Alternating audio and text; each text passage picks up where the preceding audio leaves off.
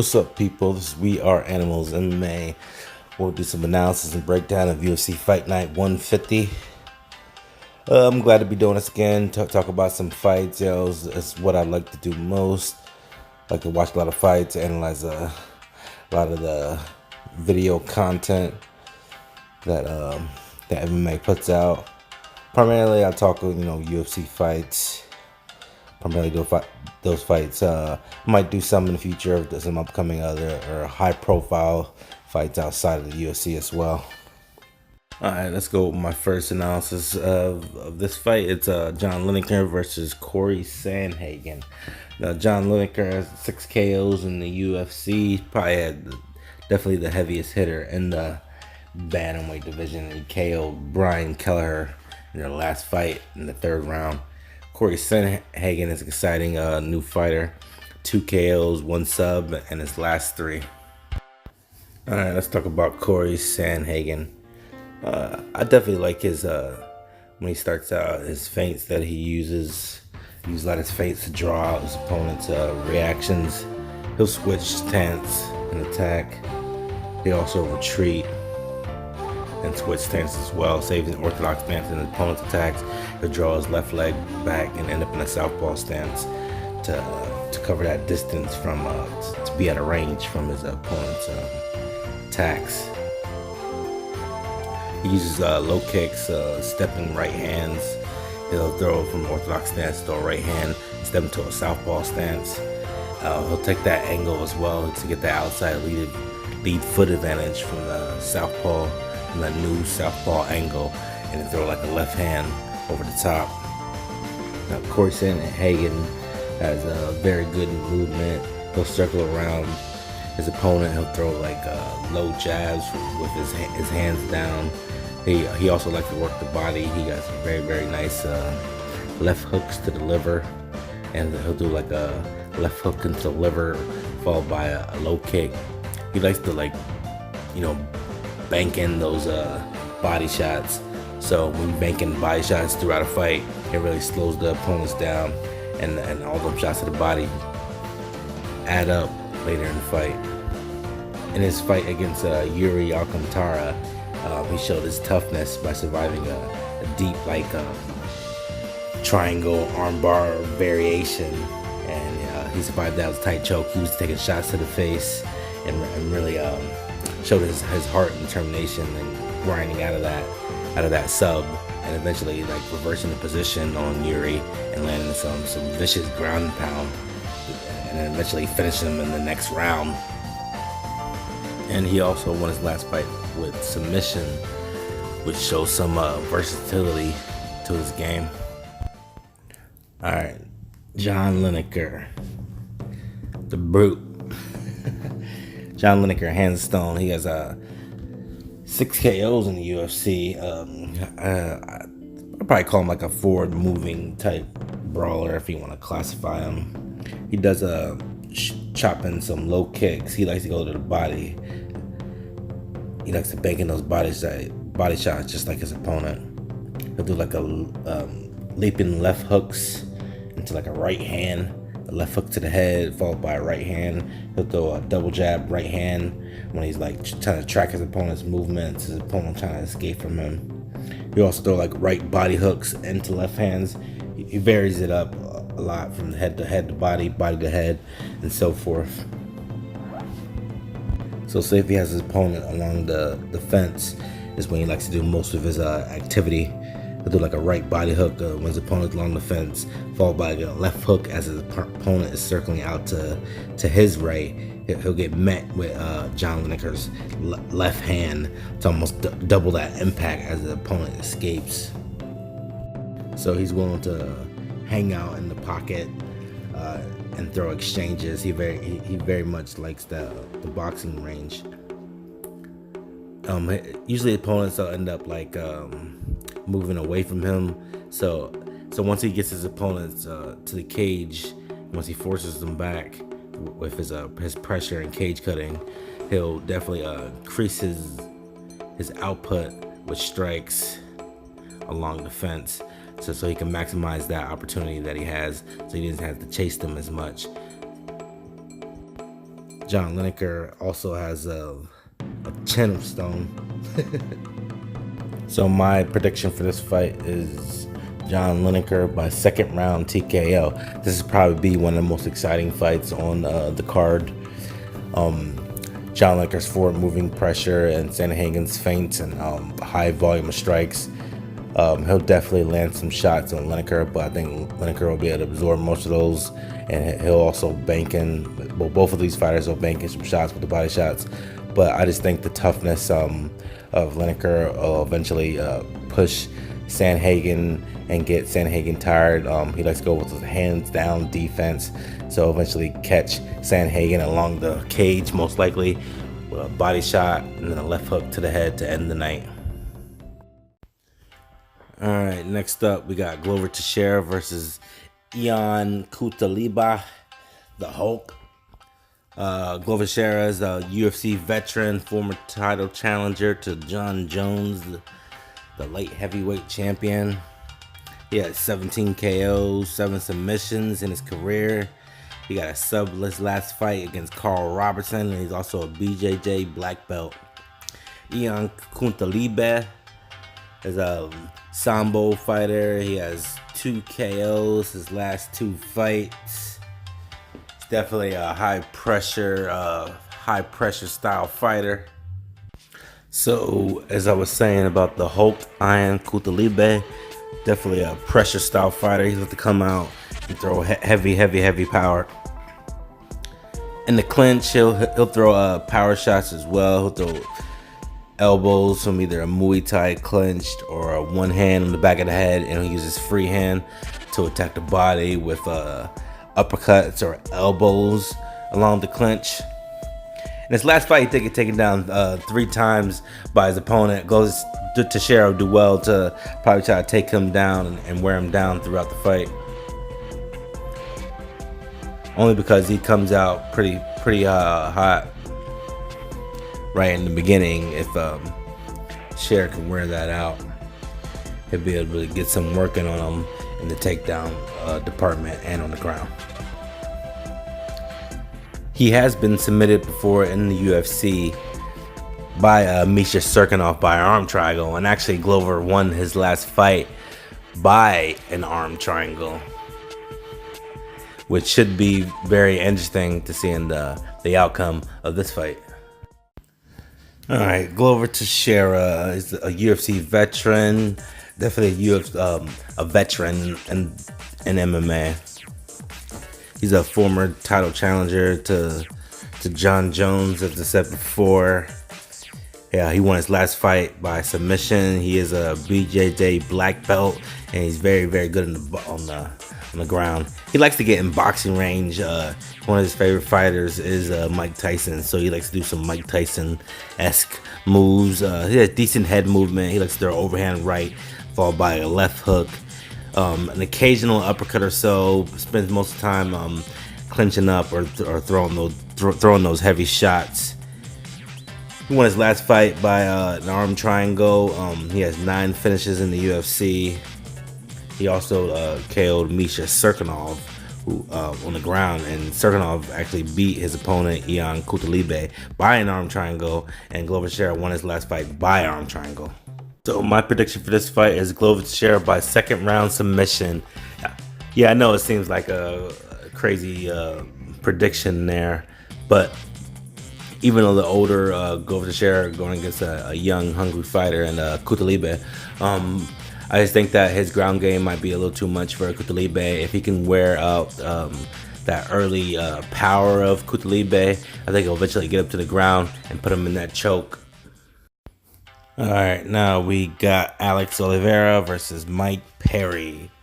Alex Oliveira he has a mix of subs, submissions, and TKO finishes in the UFC, which makes him a fairly well-rounded fighter.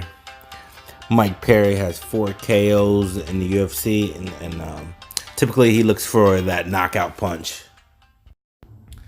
All right, we got Mike Platinum Perry. He likes to throw power punches, such as like an overhand right. He'll throw an occasional oblique kick since he started training at Greg Jackson's gym at Jackson Wink. In the clinch, He likes to throw elbows in close range. He knocked out Jake Ellenberger a few years back with an elbow in the clinch. I consider him also like a forward-moving brawler. He likes he'll stand and trade with you in boxing range.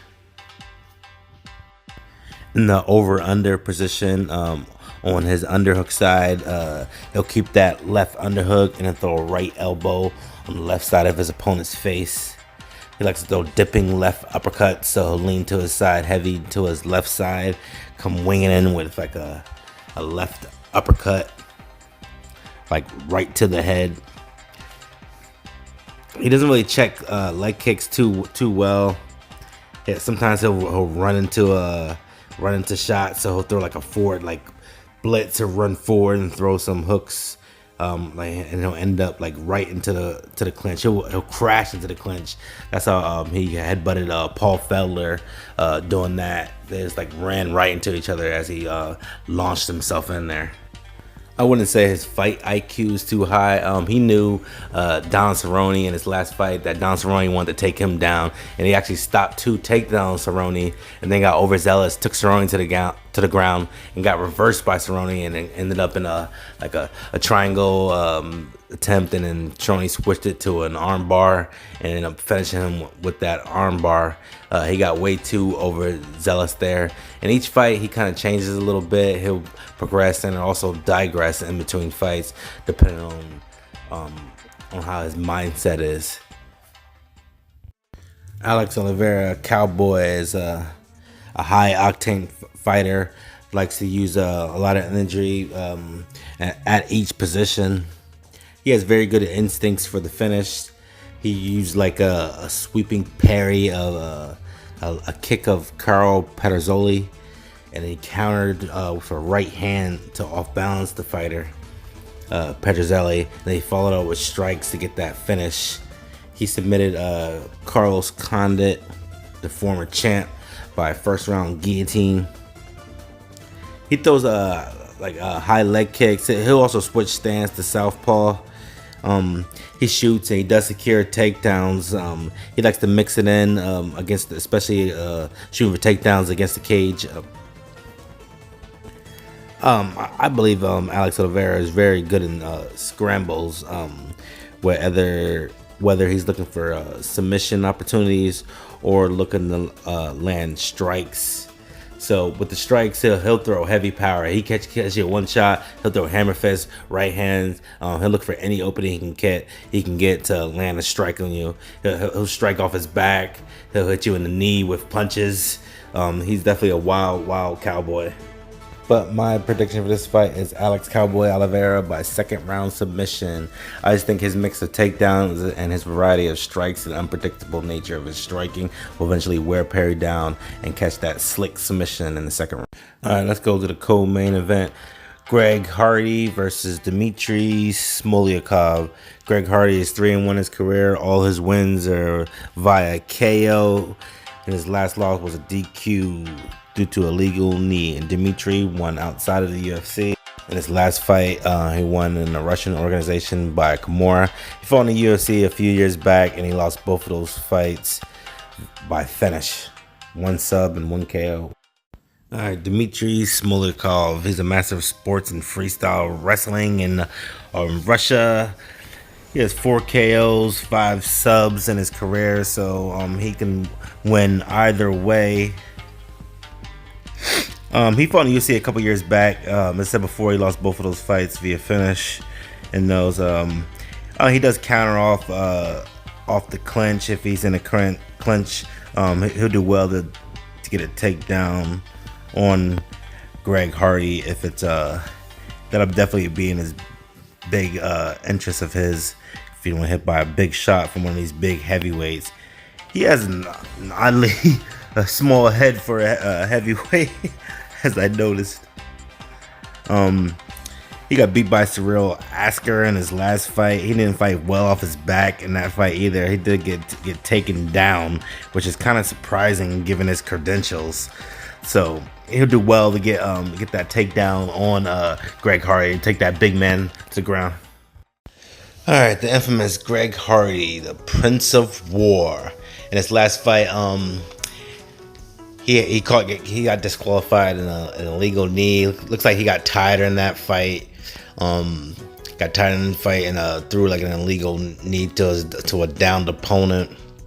Got a little overzealous. He's pretty much a knockout artist. As most heavyweights are, he has heavy power in his hands. His ground game ain't too good, but he does have heavy power. I mean, there's not too much to say about him, about Greg Hardy and his game. As most heavyweights, he's just a forward moving, throw heavy power, looking to take his opponent out right from the start, and doesn't really save much for the later rounds. But my prediction for this fight is Greg Hardy by first round KO. I think he's going to come out there as he usually does and just come right forward. Dimitri probably won't even shoot a takedown like right off the gate, which he probably should have get Greg Hardy to the ground. But I think he'll catch Dimitri with his lack of head movement, and he'll end up finishing him right in the first round. All right, let's go to the main event between Ronaldo Jacare Souza and Jack the Joker Hermansson. Now, originally, Jacare was scheduled to face Yoel Romero. Yoel Romero had to pull out due to injury, so Jack Hermansson stepped up on short notice because he finished David Branch by a sick guillotine choke in his last fight, right there in the first round. Souza did like come from behind. No, not exactly come from behind, but in a tough fight late in the third, he KO'd Chris Weidman. And Jack Hermansson has 2 KOs in the UFC, and he also has 2 submissions by guillotine in his last 2. And Hermansson has the self-proclaimed best ground and pound in the UFC. All right, Jack the Joker Hermansson. He usually starts out with a lot of movement, bouncing in and out of range. Uses a jab. He uses lots of feigning. And he's excellent at drawing your opponent in and making them overextend with their shots. He comes out pretty fast and hard. He likes to throw some low kicks, body kicks. He'll switch stances. And come at you from different angles. He showed a lot of toughness in the second round of the Talos latest fight. He incurred an injury mid-range on that latest takedown along the fence. He was all screaming out in pain, and he fought out of an arm triangle in that one and ended up winning that fight at TKO in the third round, grinding out a tough decision. And he used an assortment of reversals and fighting out a lot of chokes during that fight, and also put in some chokes as well that he used to try to finish his opponents with his guillotine, his favorite guillotine submissions. One of his previous fights against Mershark, he sliced through his guard. He just took him down, sliced through his guard and landed some heavy ground and pound, living up to his own self-belief that he has the best ground and pound in the game. But he'll definitely be put to task against a very superior grappler and Jacare Souza, which can lead to a very exciting fight this upcoming weekend. All right, Ronaldo Jacare Souza, the alligator. He comes out pretty straightforward, and he definitely has improved his boxing. He uses the left hook to the body. He has 4 subs, 4 TKOs, also a BJJ black belt. He uses like a high guard. He'll counter off of that with overhand rights from orthodox. He has a nice liver shot to the body. He'll use low kicks. He uses some head movement, some parries. He worked the body, so as I said, with that liver shot to the body, and he'll do like a front snap kick to the body as well, and low kicks. He has excellent cardio. He used against Weidman to push that level, that extra gear in that third round to knock Weidman out late in the third. I would definitely consider him a master level grappler. and he, in my opinion, he arguably won against Kelvin Gastelum in that fight. He got pretty slick in that Kelvin fight. He used like a leg lock attempt to get Kelvin to the ground and advance to side control. And then the mount and use like a shoulder pressure, and he'll push the leg down, the opposite knee down of his opponents to move into that mount.